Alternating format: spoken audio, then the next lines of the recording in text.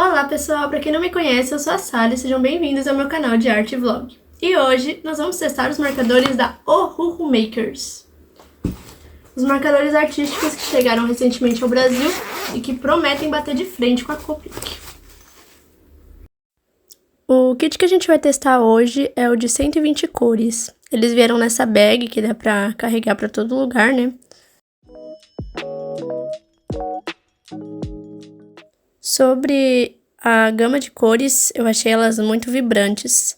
Porém, eu senti falta dos marcadores de tons de pele, que pelas minhas contas vieram 5 apenas. Veio bastante tons de azul e de verde. Elas vieram com essa ponta de canetinha, né? Que me surpreendeu bastante, que ela não esfarela nem um pouco. No final vocês vão ver como que ficou. E com a ponta pincel. Bem parecida mesmo com a Copic, né? Que é a que a gente vai... o melhor comparativo que a gente pode fazer. Elas têm um tamanho padrão, tipo, quase no mesmo tamanho da Copic. A Copic consegue ser um pouco menor. Eu peguei uma aí pra poder mostrar pra vocês. E em comparativo de ponta, por teste que eu tenha feito antes de gravar, a ponta da Copic, ela é mais maleável.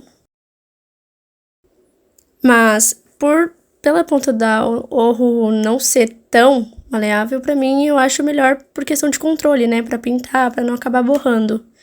Aí o comparativo das duas, ela é um pouco mais comprida, a da Ohuhu, mas menos maleável que a da Copic.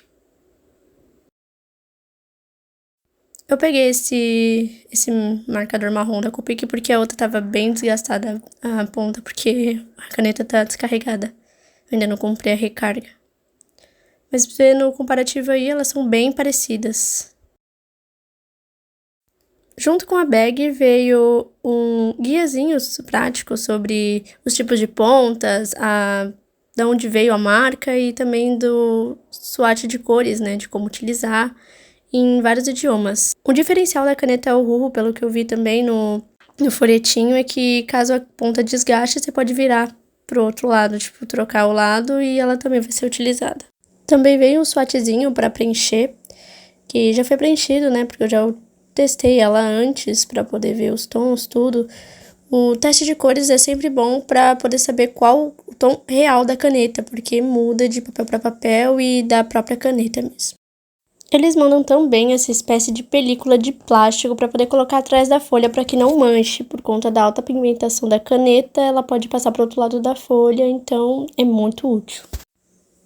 Para fazer o desenho, eu vou utilizar essa lapiseira da Pilot 0.7, uma lapiseira japonesa, e eu também vou utilizar o grafite vermelho da Pentel, que é o meu favorito até então, também 0.7, né, por conta do tamanho da caneta. Para fazer o teste, eu vou refazer esse desenho que eu fiz há uns 2 anos atrás, é um dos meus favoritos. Foram feitos com marcadores mais baratos mesmo, daqueles japoneses, chineses, sabe? E eu vou tentar refazer ele hoje no meu estilo atual, que não mudou muito, mas eu vou tentar refazer ele pra gente fazer o teste. E enquanto eu faço o rascunho, eu vou falar algumas curiosidades sobre a marca. Ela, até 4 ou 5 meses atrás, elas não eram possíveis ser compradas diretamente com eles pro Brasil, então eu tinha que fazer a exportação. E era uma taxação extremamente alta. A partir de novembro, eles começaram a vender diretamente pro Brasil, o que diminuiu pela metade o preço. Eles são marcadores realmente com custo-benefício absurdo. E a qualidade também, tipo, vale muito mesmo o preço que é. Esse kit que eu comprei, eu paguei R$550. Se for fazer um comparativo com a Copic, por exemplo, eu comprei em 6 canetas R$300. Uma caneta saiu R$50, então se for bater de frente assim, vale muito a pena. Pelo diferencial também da questão da troca da ponta, você pode usar a mesma ponta 2 vezes. E também elas possuem recarga e outros tipos de acessórios, né, diretos com eles. Eles também têm tipos de canetas diferentes, tipo 3 modelos diferentes, que seria a Honolulu, que foi a que eu comprei, que seria de ponta pincel e ponta de canetinha. Temos também a Oahu, que seria de ponta chanfrada e de ponta de canetinha, e uma terceira que seria de ponta pincel e ponta chanfrada, que era o que eu queria comprar até então, mas não consegui encontrar. Agora, voltando ao desenho, eu vou usar esse R18, que é uma espécie de salmão um pouco mais claro, bem clarinho mesmo. E eu resolvi testar na folha que eu tô utilizando, porque em cada folha a tinta se comporta e fica de um tom diferente. Vou mostrar mais de perto pra vocês verem a diferença.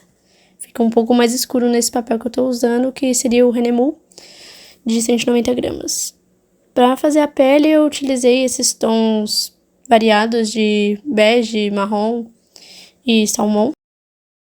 Mostrei pra vocês também um primeiro teste que eu fiz, que foi a primeira vez que eu utilizei as canetas. Eu gostei bastante. Só que eu ainda não tinha utilizado tanto do violeta nas sombras, que foi recentemente que eu comecei a experimentar e vi que outros artistas também utilizam para poder neutralizar também. É uma cor que acaba complementando bastante com o tom de pele. Sobre a marca, eles trabalham com vários outros tipos de materiais. Eles trabalham com guache, com tinta acrílica e até mesmo com papel. Eu ainda não tive a oportunidade de comprar para testar. O Rufo patrocina aí, mas com esse papel que eu utilizei, que foi o Renemu de 190 gramas para lápis de cor, e também foi uma indicação de um artista, e para mim serve de uma forma muito boa.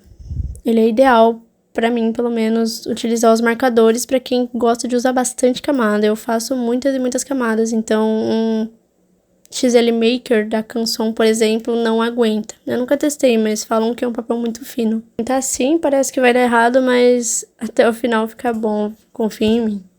Como eu falei um pouco antes, eu tô usando esse R11, a princípio, para as sombras, né, do rosto. Descobri que o roxo, ele encaixa muito bem com os tons de pele salmão. E fica uma sombra bem natural, digamos assim. Eu uso bastante vermelho, um rosa avermelhado para os tons quentes, né? Os pontos quentes do rosto, que seria bochecha, nariz, embaixo da boca, assim. E combina muito bem com os tons. Fica bem harmônico.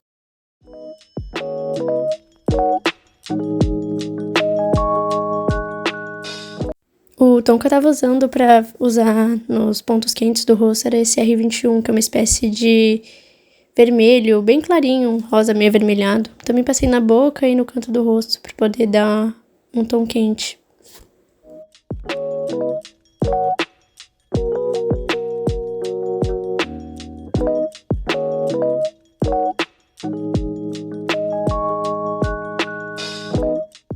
Esse R12 é um vermelho um pouco mais escuro, que eu tava utilizando pra passar na boca, pra poder dar um pouco de profundidade. E fui dando um pouco de profundidade com o roxo no rosto, no pescoço, nas áreas mais escuras e pra poder dar um tom de profundidade.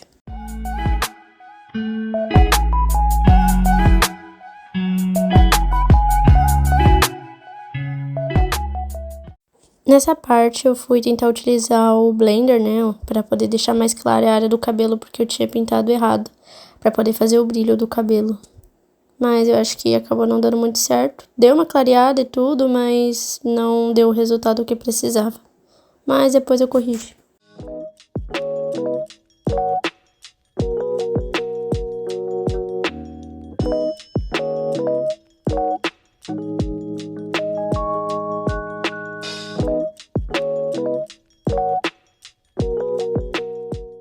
Para fazer a sombra dos olhos, eu utilizei esse cinza bem clarinho, só para poder dar um pouco de profundidade, né? Um cinza meio gelado.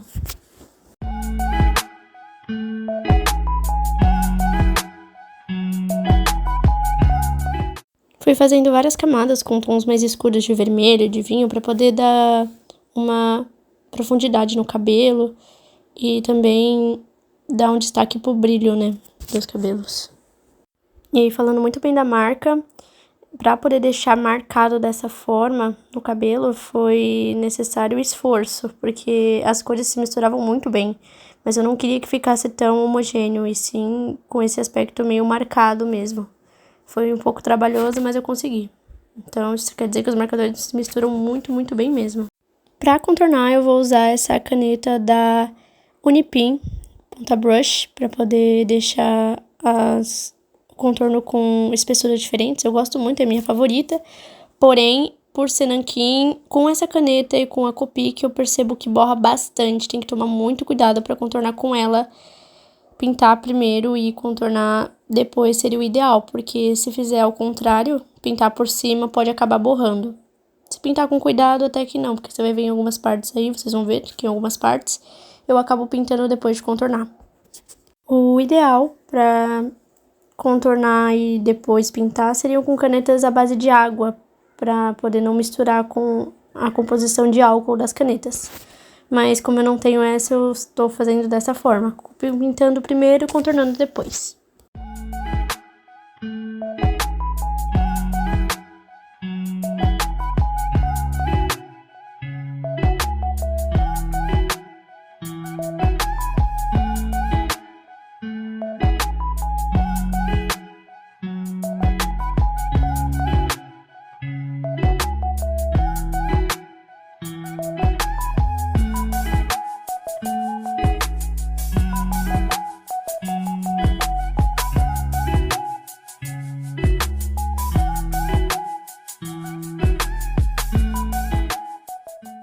Para quem nunca pintou com marcadores, a construção de camadas é essencial para que fique um resultado bom no final.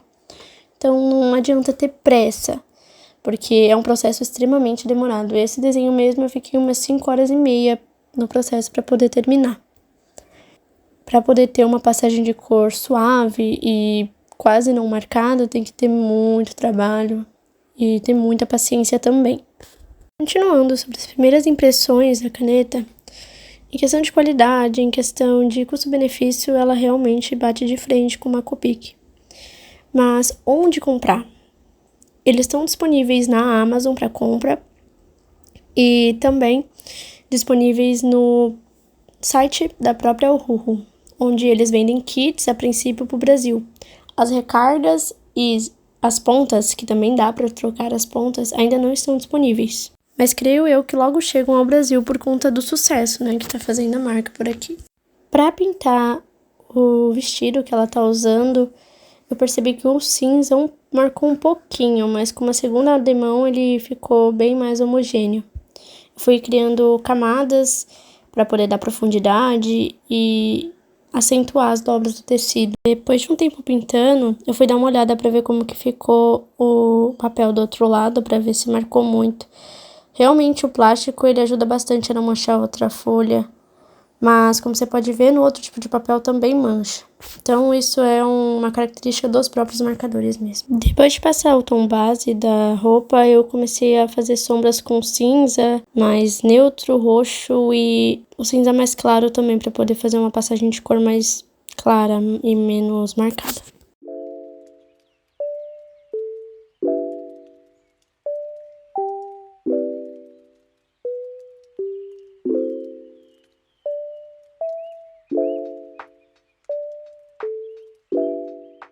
Na hora de contornar o vestido, foi uma das partes um pouquinho mais complicadas pra mim, porque eu nunca tinha feito de fato e pintado um vestido, as dobras das roupas eu não entendia muito bem, mas eu tentei experimentar pra ver como ficava. Depois eu resolvi fazer o fundo, bem parecido com o antigo, com umas bandeirinhas de Happy Birthday e uns coraçãozinhos, mas ainda assim eu fiz de tamanhos diferentes pra ver se ficava melhor.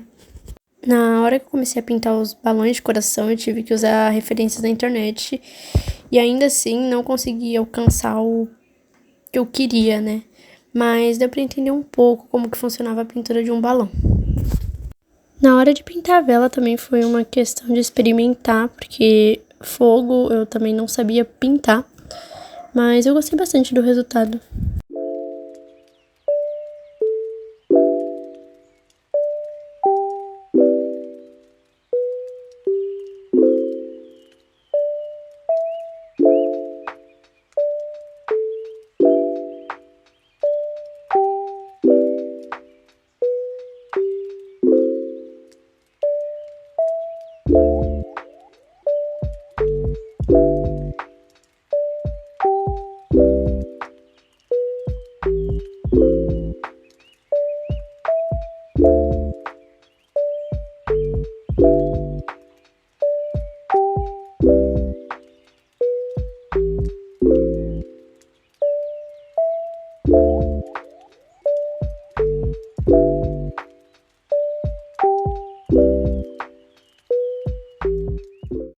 de pintar o fundo e as bandeirinhas e fazer de outras cores também para experimentar.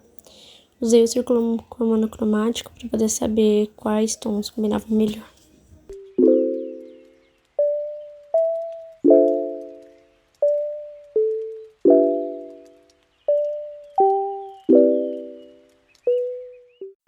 Para fazer detalhes, eu utilizo essa Uniball Signo, da Unipin também, da Mitsubishi, da mesma marca da Brush. Ela é ótima para fazer detalhes pequenos.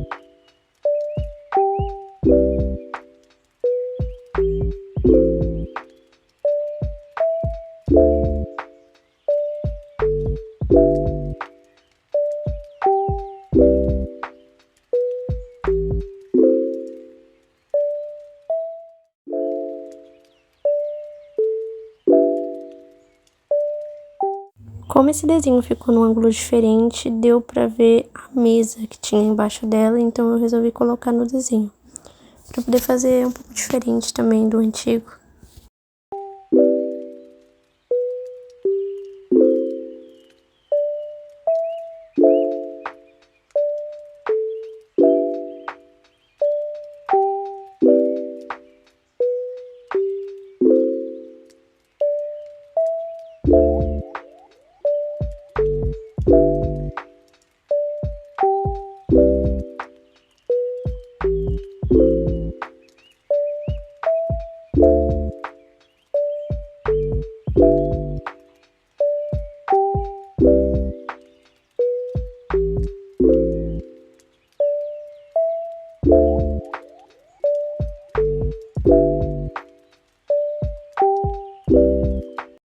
E depois de finalizado, o desenho ficou assim. Como vocês podem ver, ele ficou extremamente pigmentado, bem misturado as cores.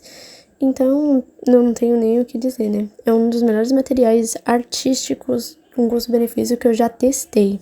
Vocês podem ver a diferença de questão de saturação de cor, mas isso é por conta de ser um desenho antigo e acabou ficando desbotado. Espero que vocês tenham gostado, deixem seu like e me sigam e se inscrevam no canal para mais conteúdos como esse.